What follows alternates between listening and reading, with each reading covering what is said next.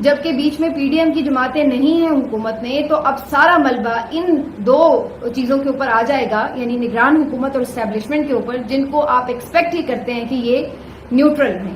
تو پھر ظاہری سی بات ہے اگر یہ ان کے دور میں بھی چلتا رہا سارا فاشزم، تو پھر آپ اندازہ لگا لیں کہ یہ اپنے آپ کو تنقید سے بچا نہیں سکتے. پھر آپ قوانین بھی بناتے ہیں کہ تنقید نہ ہو، پھر آپ یہ بھی کہتے ہیں کہ جی ہم نیوٹرل ہیں، پھر آپ بہت سارے جو اپنی قربانیاں ہیں وہ بھی یاد دلاتے ہیں، وہ سب اپنی جگہ، لیکن پھر تنقید تو ہوگی اگر سیاسی کردار ہوگا.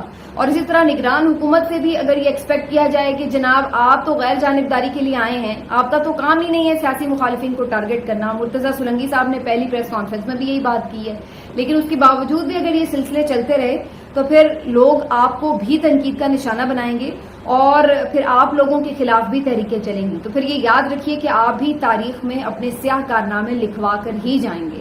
تو یہ بہرحال اب ایک انفارچونیٹ ریئلٹی ہے جو ایک فاشزم ملک میں جاری ہے، اسی کا یہ ایک تسلسل. اب آ جاتے ہیں شیر افضل مروت صاحب نے بھی ایک ٹویٹ کیا جو کہ عمران خان صاحب کے وکیل ہیں اور ان کی لائر کمیونٹی کا، ان کی لیگل ٹیم جو ہے اس کا ایک حصہ ہے، ایک وکیل ہے ان میں سے. اور ان کی طرف سے پہلے بھی خبریں میں وہ بڑے ان ہوئے تھے جب ان کے جو بہنوئی ہیں ان کو قتل کر دیا گیا تھا طالبان کی جانب سے، اور اسٹل ان کی جو فیملی ہے ان کو مختلف تھریٹس رہے ہیں. اب پرابلم یہ ہے کہ جو شیر افضل مروت صاحب ہیں یہ کافی ووکل بھی ہیں، اور جو ان کا ایک فیملی بیک گراؤنڈ ہے اس کی وجہ سے بھی یہ ٹارگٹ پر ہیں. اب یہ عمران خان صاحب کے لائر تو ہیں، لیکن اب انہوں نے ایک ٹویٹ کل جاری کی ہے جس میں وہ یہ کہہ رہے ہیں کہ انہیں مجبوراً روپوش ہونا پڑ رہا ہے. اس سے پہلے بھی وہ ایک ٹویٹ میں بتا چکے ہیں کہ کچھ لوگ ان کا پیچھا کر رہے تھے، انہوں نے ایک ویڈیو بھی بنائی تھی اپنی اور اس میں بھی انہوں نے بتایا تھا. اور اب اس ٹویٹ میں اگین وہ اپنی پرابلمس کے بارے میں نہ صرف بتا رہے ہیں کہ ان کو جان کا خطرہ ہے، ان کو ٹارگٹ کیا جا رہا ہے، ان کا پیچھا کیا جا رہا ہے، بلکہ انہوں نے یہ بھی بتایا کہ وہ روپوش ہونے پر مجبور ہیں. اور ساتھ ہی ساتھ انہوں نے یہ مینشن بھی کیا ہے کہ ان کو کن لوگوں پہ شک ہے اور کون ہے جو ان کے پیچھے پڑا ہے. ان کا یہ بھی ماننا ہے کہ جو پاکستان تحریک انصاف کی اس وقت کور کمیٹی ہے وہ، اور اس کے ساتھ ساتھ لیگل ایون ٹیم میں بھی کچھ لوگ ایسے ہیں کہ جو عمران خان صاحب سے اس طرح وفادار نہیں ہیں، بلکہ کچھ لوگ ایسے بھی ہیں جو کہ اپرچونسٹ ہیں. اپرچونسٹ کہتے ہیں کہ جو موقع پرست لوگ ہوتے ہیں. آپ اس سے اندازہ لگا لیں کہ جب آپ دیکھ رہے ہیں کہ عمران خان صاحب اس وقت جیل میں ہیں، اور فی الوقت جو بظاہر ایک خواہش کسی کی کچھ بھی ہو سکتی ہے، لیکن جو حقیقت پر مبنی بات ہے وہ یہی ہے کہ فی الحال عمران خان صاحب جلدی چھوٹتے نظر نہیں آ رہے. اور عمران خان صاحب جب تک چھوٹ نہیں رہے، باہر نہیں آ رہے، تو اب ایک جنگ ہے، اور وہ جنگ ہے کہ پی ٹی آئی پر قبضہ کس کا ہوگا، کون ہے جو minus Imran P T I کو لیڈ کرے گا. کیونکہ کہیں نہ کہیں تمام طاقتور حلقوں میں بھی یہ بات تو سوچی جا رہی ہے کہ بالکل absolute minus P T I, تو ظاہر ہے کوشچن ہوگا، کریڈیبلٹی پر بھی کوشچن ہوگا الیکشنز کی. تو اب کوشش یہ ہے کہ کوئی قابل قبول شکل بنا لی جائے، اور وہ لوگ جو کہ پی ٹی آئی میں ہمیشہ سے اسٹیبلشمنٹ کے قریب سمجھے جاتے رہے ہیں اور اسٹیبلشمنٹ کے ایون نمائندے سمجھے جاتے رہے ہیں، انہی کے ہاتھوں میں اس وقت وہ، ان کے اوپر ہاتھ بھی ہولا ہے.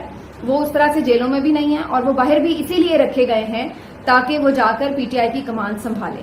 اور اس وقت آپ دیکھ سکتے ہیں کہ شاہ محمود قریشی ہیں موجود، عمر ایوب صاحب موجود ہیں، اور بھی کچھ کور کمیٹی کے لوگ ہیں. رؤف حسن صاحب بڑے نائس آدمی ہیں جو کہ ترجمان ہیں، اور عمران خان صاحب نے انہیں اپوائنٹ کیا تھا بعد میں، اور کچھ دیگر لوگ. اب اس میں ہو کیا رہا ہے؟ ہو یہ رہا ہے کہ اس میں بھی گروپنگز کی خبریں آ رہی ہیں کہ ہر گروپ جو ہے وہ دوسرے گروپ کو ڈومینیٹ کرنا چاہتا ہے.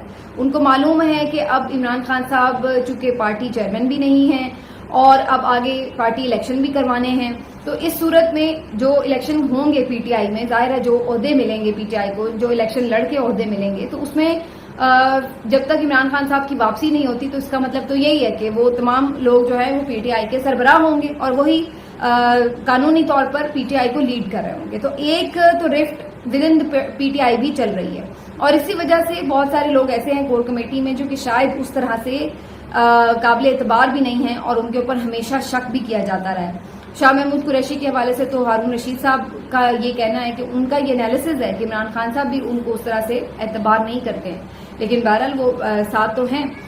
تو اب یہ ساری وہ چیزیں ہیں کہ جس کی بنا پر آپ کہہ سکتے ہیں کہ ابھی پکچر اتنی کلیئر نہیں ہے پی ٹی آئی کی، اور یہاں پر ایک بڑی کمپلیکس سچویشن ہے. ہر کوئی ایک دوسرے سے آگے نکلنے کی کوشش میں ہے.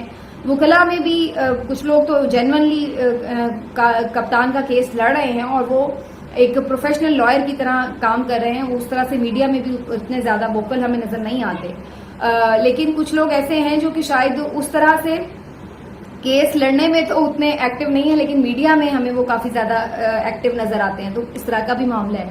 نعیم حیدر پنجوتا صاحب کو تو خیر عمران خان صاحب نے خود اپنا ترجمان مقرر کیا ہے جو لا سے ریلیٹڈ معاملات ہیں, قانونی معاملات سے, تو ان کا تو ایک الگ معاملہ ہے کہ اگر وہ آ کے کوئی موقف دے رہے ہیں. لیکن ادر دین آپ دیکھیں کہ خواجہ حارث صاحب ہیں جو عمران خان صاحب کا مقدمہ لڑتے ہیں, عمیر نیازی صاحب ہیں, اسی طرح سے سلمان صفدر صاحب ہیں جو عمران خان صاحب کی مقدمات لڑ رہے ہیں, لیکن یہ ذرا لائم لائٹ سے آپ کو پیچھے پیچھے نظر آتے ہیں. اب عمران خان صاحب کی وکلا ٹیم کے حوالے سے بھی کل ایک ٹویٹ گردش کر رہا تھا, اور اس میں یہ بات کہی جا رہی تھی کہ جناب عمران خان صاحب کا اب انٹرنیشنلی بھی مقدمہ لڑا جائے گا اور اس کے لیے فنڈنگ کی ضرورت ہے. اور یہ بھی کہا جا رہا تھا کہ ایک باقاعدہ بلکہ پکچرز بھی لگائی گئی تھیں کچھ انٹرنیشنل لوگوں کی, انگریز لوگوں کی, لائرز کی, کہ جناب یہ عمران خان صاحب کا انٹرنیشنلی مقدمہ لڑنے کے لیے تیار ہو رہی ہے ٹیم, تو اس کے چونکہ فیس زیادہ ہے تو لہٰذا عمران خان صاحب کو فنڈ کیا جائے. تو بعد میں پھر ان کے مختلف وکلاء کی طرف سے اس کی تردید کی گئی, اور انہوں نے بتایا کہ عمران خان صاحب کی طرف سے بھی ایسی کوئی ہدایت نہیں ہے, نہ ہی ان کی ٹیم کی طرف سے, نہ ان کی پارٹی کی طرف سے کسی نے کوئی ایسی اپیل کی ہے. تو سوشل میڈیا پر چلنے والی یہ تمام خبریں بالکل بے بنیاد ہیں, اور کوئی بھی ان کو فنڈنگ نہ کرے. عمران خان صاحب کی جو ٹیم ہے اس میں بہت سارے لوگ تو ایون بغیر فیس کے, اور اگر کوئی فیس لے بھی رہا ہو تو وہ عمران خان صاحب کا اور اس وکیل کا آپس کا معاملہ ہے. لیکن عمران خان صاحب نے اپنے کیس لڑنے کے لیے کسی فنڈ جمع کرنے کی کوئی ہدایت نہیں کی ہے, اور نہ ہی ان کی ٹیم کی طرف سے ایسی کوئی بات سامنے آئی ہے. تو ایک تو یہ بڑی کلیئرٹی ضروری ہے کہ نہ تو انٹرنیشنلی ان کا کوئی مقدمہ لڑا جا رہا ہے, نہ لڑا جا سکتا ہے. عالمی عدالت انصاف میں ہر کوئی جا کے مقدمہ نہیں لڑ لیتا, اس کے کچھ قواعد و ضوابط بھی ہوتے ہیں. اور اسی طرح سے جو پیسوں والا معاملہ ہے وہ تو میں نے آپ کو آلریڈی کلیئر کر دیا.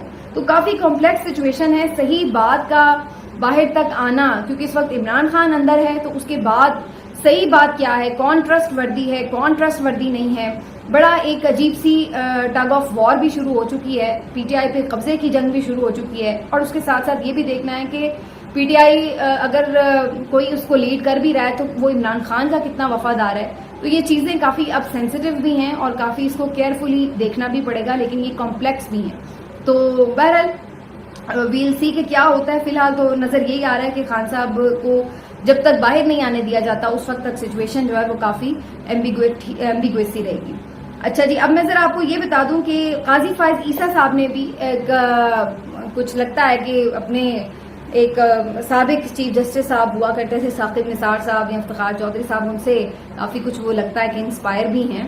قاضی فائز عیسیٰ صاحب جو کہ اپ کمنگ چیف جسٹس بھی ہیں پاکستان کے, انہوں نے آج بظاہر تو ایسا لگ رہا ہے کہ جی شاید کوئی اچھا جیسچر ہے کہ وہ آج کرسچن کمیونٹی میں گئے, وہاں پر جا کر انہوں نے جہاں جڑا والا کا واقعہ پیش آیا وہاں جا کر ان سے اظہار یکجہتی بھی کیا, انہیں انصاف دلانے کی پوری یقین دہانی بھی کرائی, ان سے اظہار افسوس بھی کیا جو ان کا نقصان ہوا.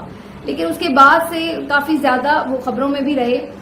کچھ لوگ تو بڑا ان کو مسیحا مان رہے تھے اور بڑا انہیں خراج تحسین بھی پیش کر رہے تھے کہ بڑی زبردست بات ہے کہ جی کسی کو خیال آیا اور وہ اتنا درد دل رکھتے ہیں اور وہ جا کے اقلیتی برادری کے ساتھ اس طرح سے اظہار یکجہتی کر رہے ہیں.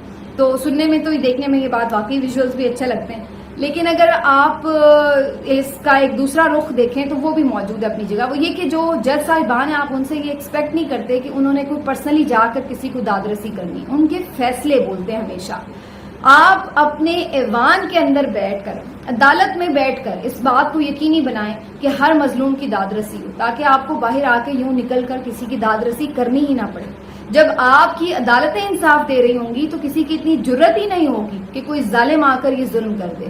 جب آپ کی عدالتوں سے لوگوں کو انصاف مل رہا ہوگا سر, تو آپ کو باہر آ کے آنسو نہیں پہنچنے پڑیں گے.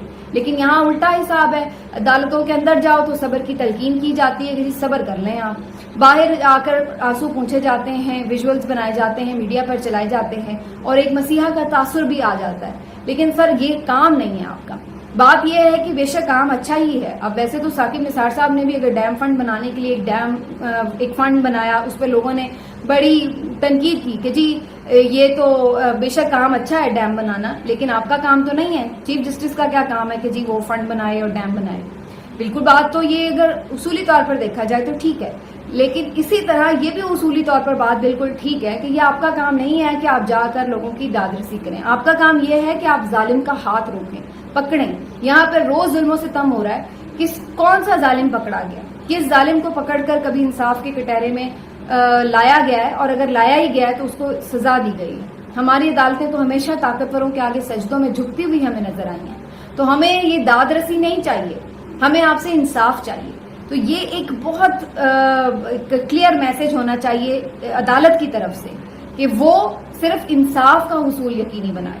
باقی لگتا یہی ہے اس جسچر سے کہ قاضی فائز عیسیٰ صاحب جو ہیں وہ کافی خبروں میں ان رہنے کا فن جانتے ہیں.